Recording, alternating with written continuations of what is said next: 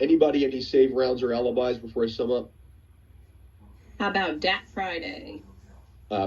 Okay, Dat Friday, please.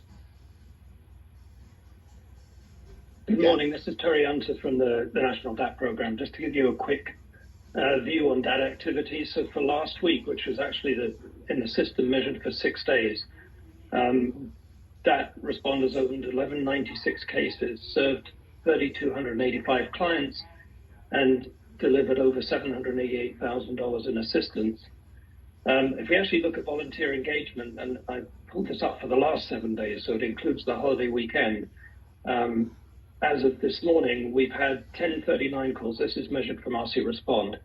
1,420 responders have responded in the last week, and that included engagement of 520 DAT duty officers. So it's a pretty large number of people involved in supporting clients in the DAT program.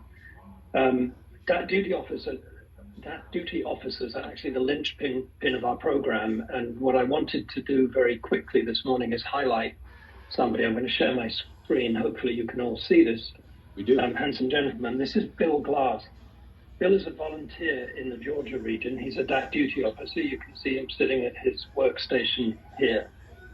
Bill joined the American Red Cross in 2018, and he was only 90 years old when he joined. And he joined as a DAT duty officer, qualified in the Georgia region, and he covers 2 6-hour shifts every week. And because Georgia has a regional DAT duty officer program, that means he's covering the whole region, so it's pretty busy. In fact, since January the 1st this year, this 94-year-old has accepted 306 DAT duty officer assignments. That's the 15th most in the nation, the 5th most in his division, CCAR, and the 2nd most in his region of Georgia. I think it's just an astonishing testament to this gentleman, but also to how we as an organization can still engage in a meaningful way people who are way beyond leaving the active workforce. And I just hope I'm still able to be as effective as Bill when I reach my 90s. I'd just like to thank Jim Tudor from Georgia for bringing Bill's achievements to our attention. And with that, I'll hand it back. Thank you, Terry. I appreciate that. And Bill's story is obviously inspiring. I do want to say a word about Jim Tudor for a second. I met Jim when I was doing my first round of visits when I first took this job, and I learned more about DAT and the challenges of DAT from Jim Tudor in 1 hour than I think I learned in the 3 years that followed that.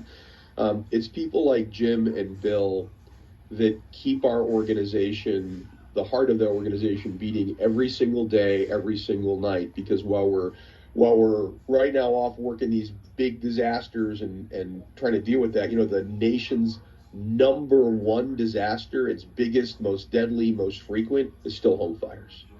So thanks so much to Bill and Jim and all of the DAT responders across the country.